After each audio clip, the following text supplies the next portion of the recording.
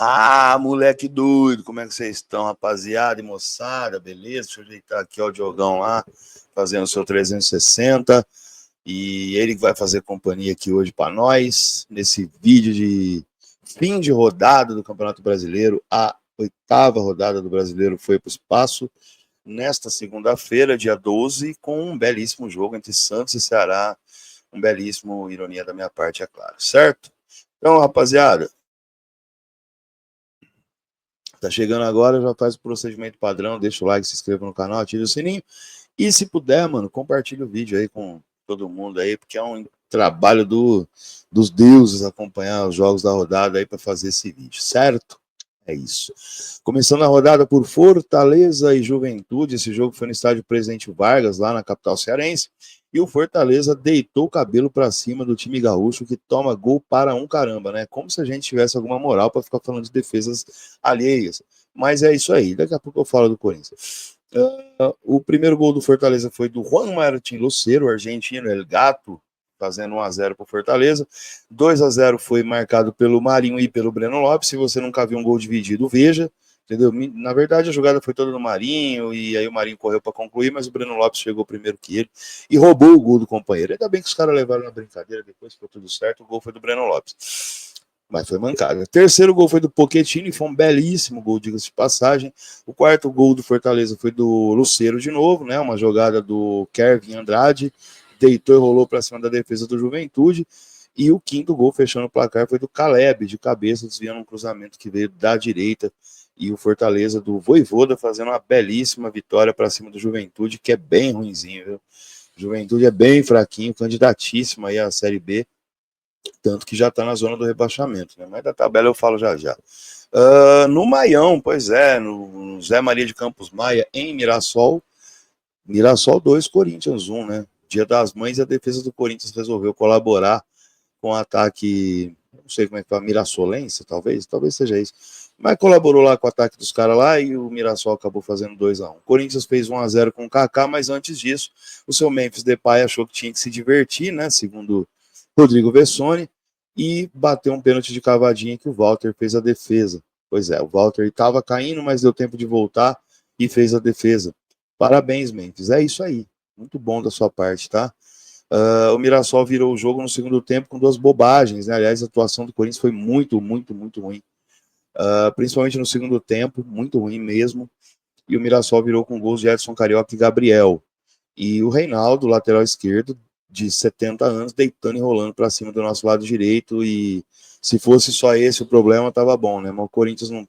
O elenco do Corinthians é muito, muito mal montado, muito desequilibrado, faltam muitas peças e se a janela não funcionar, a gente tende a ter problemas, tá? Pra vocês terem uma ideia, essa é a oitava rodada, eu não sei se alguém reparou, mas o Corinthians perdeu metade dos jogos que disputou até o presente momento. São 4 derrotas em 8 jogos, tá? 50% dos jogos que o Corinthians disputou, ele perdeu no campeonato. Com uma campanha dessa, não tem como você brigar por absolutamente nada que não seja ali uma Sul-Americana, talvez uma pré-Libertadores, aí torcendo para que abram vagas, entendeu? E é isso, cara, complicadíssimo a situação do Corinthians e futebol não acontece, faz um grande jogo contra o Inter, aí depois faz jogos muito ruins contra a América de Cali e Mirassol, enfim, eu não sei qual que é o verdadeiro Corinthians e se alguém souber me fala aí, porque esse time do Corinthians aí realmente, sabe, não dá firmeza, mano, não dá segurança nenhuma que vai fazer vai arrancar, vai conseguir, sei lá, 3, 4 vitórias seguidas, como foi no ano passado. Eu não sinto essa segurança, sinceramente. Eu vejo outros jogos, assim, até para poder fazer o vídeo, e, cara, os outros times, alguns times jogam com muita intensidade, cara.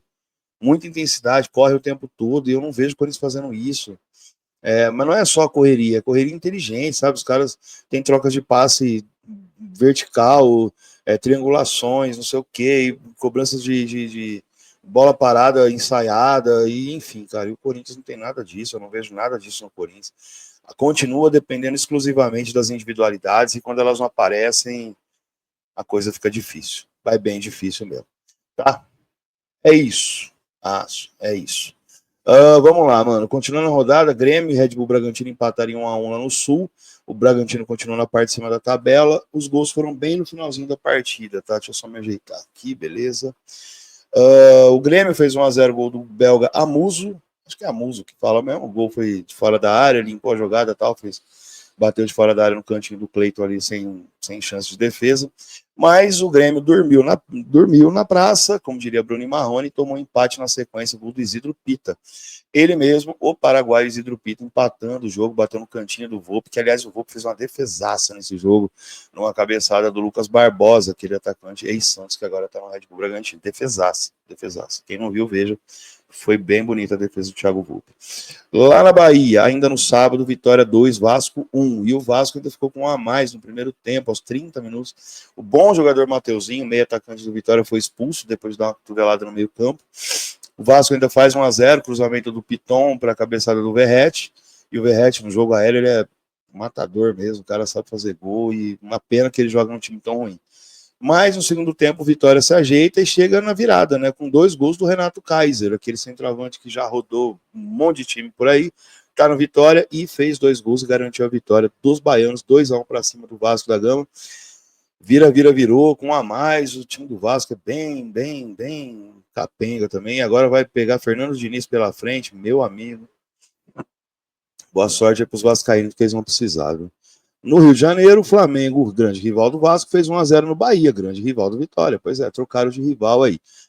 Michael cruzou, a Arrascaeta de cabeça fez 1-0 para o Flamengo. E esse jogo teve algumas coisas bem interessantes, assim, como por exemplo, um jogador do Flamengo foi expulso.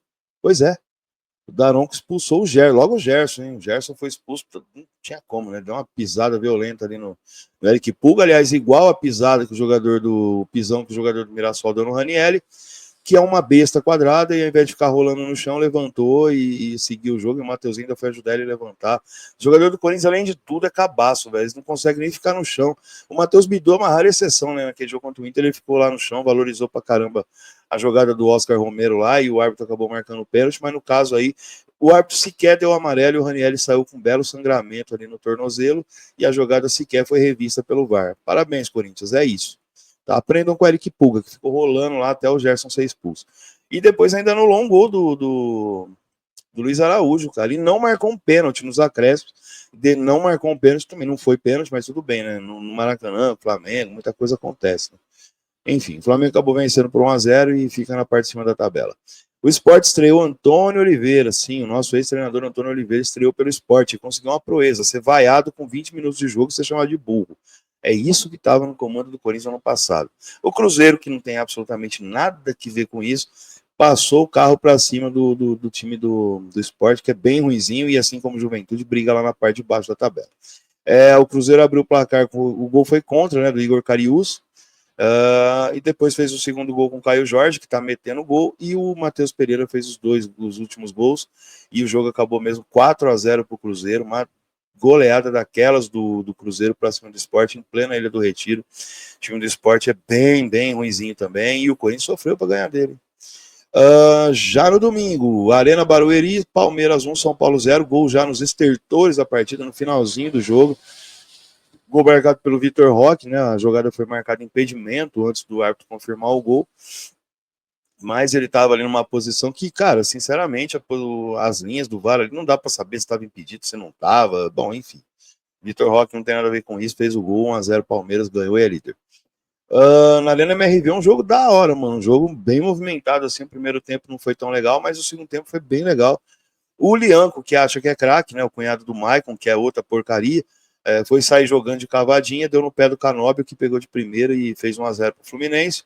Quando a torcida do Galo gritava time sem vergonha, o Rubens acertou um belíssimo chute no ângulo do Fábio e empatou o jogo. O Atlético chega a virar o jogo com um gol do Júnior Santos, um rebote do Fábio, que fez o que deu para fazer, não foi falha dele de jeito nenhum, mas o Fluminense volta a empatar, né? O Hulk perde a bola na intermediária, o lançamento para o Kevin Serno, peruano, que bate na saída do Everson, 2-2, perdão. Cara, e aí no finalzinho o Fábio faz uma defesa espetacular, mano, com o pé, assim, tipo, o Rubens, eu acho que ou era o Rubens ou o Igor Gomes, eu não lembro que jogador do Galo que tava na jogada, finaliza assim, mas sozinho, e o Fábio faz uma defesa com o pé, que é coisa linda, linda, linda. Se eu falei da defesa do Volpe, essa do Fábio, para mim, até o presente momento, é a defesa do campeonato. Mas, cara, para azar dele total, assim, no escanteio o Hulk bateu na medida, o Igor Gomes fez de cabeça, e aí o Fábio nada pôde fazer, e o Atlético acabou virando o jogo para 3-2, mesmo sendo criticado pela sua torcida em plena Arena MRV, certo? É osso, né, mano? Tem dia que de noite é assim mesmo. No Engenhão só valia golaço. Botafogo Internacional só valia gol bonito. O Igor Jesus, o centroavante, acabou meio que quebrando essa regra, né? O gol dele foi normalzinho, assim, bateu no canto do Antônio 1x0 pro Botafogo. E aí depois só golaço. O Arthur fez 2-0, um golaço de esquerda. Cuiabano, 3-0, outro golaço de esquerda. E o Alex Telles também com a canhota, também fez outro golaço. E o Botafogo ganhou por 4-0 no Internacional. Que porcaria, né, Vitão? Que porcaria. O Internacional toma 10 gols em 3 jogos e tá com inveja do Corinthians ali também, tá querendo tomar gol pra caramba. E para fechar a rodada, só podia ser o melhor jogo dela, com toda certeza, um jogaço maravilhoso. Santos 0, Ceará 0, no Allianz Parque, e que jogo porcaria fizeram esses dois aí, certo? Ainda que teve ali uma chance ou outra do Santos ali, o Roleiser ali é o que mais tenta fazer alguma coisa, mas acompanhado dos amigos que ele tem em volta dele, fica difícil produzir alguma coisa. Enfim, ele joga praticamente sozinho ali. E o Ceará, de Pedro Raul, né? Pedro Raul teve uma chance de fazer um gol ali, acabou perdendo. E depois o Lelê, mano, ex-jogador do Volta Redonda, jogador do Fluminense, está emprestado ao Ceará, também perdeu um gol que não se perde, o Gabriel Brazão conseguiu fazer a defesa. E o jogo terminou 0-0, como assim deveria ser, certo? Pois muito bem. A tabela do campeonato tem o nosso rival com 19 pontos na liderança, isolada, Flamengo, Red Bull Bragantino 17, Cruzeiro 16, Fluminense 13, Ceará 12, fechando a zona da Libertadores. O Atlético, que até outro dia estava lá embaixo, já é o sétimo com 12 pontos, assim como o Bahia também tem 12. Botafogo 11, com a goleada deu uma melhoradinha e ultrapassou nós, o Corinthians, que ficou na 10ª colocação com 10 pontos, junto com o Fortaleza e o próprio Mirassol, que nos venceu.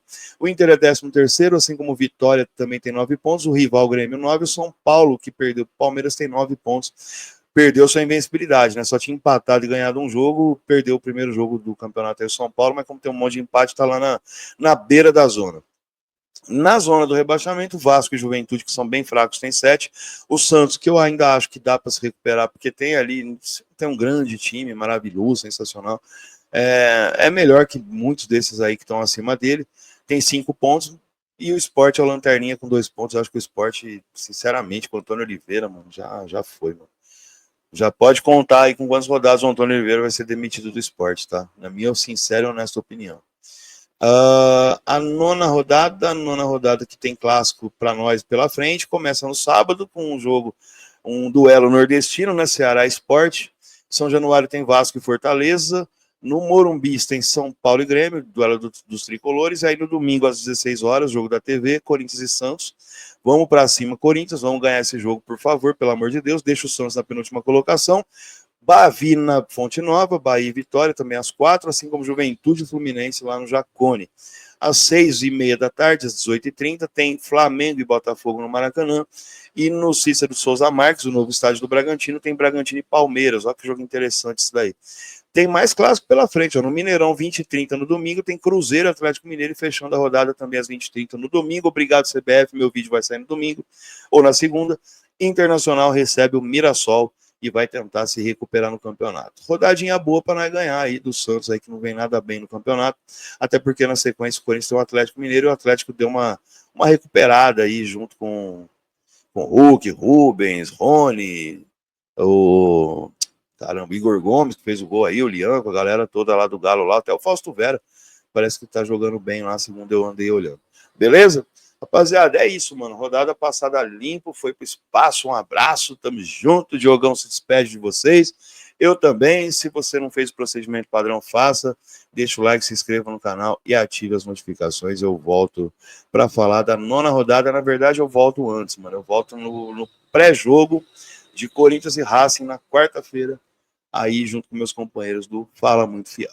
Belezinha? É isso aí. Tamo junto. Valeu. Se você gostou do vídeo, recomende-o para outros parceiros.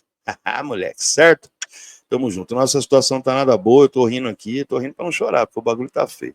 Certo? É nóis, galera. Abraço.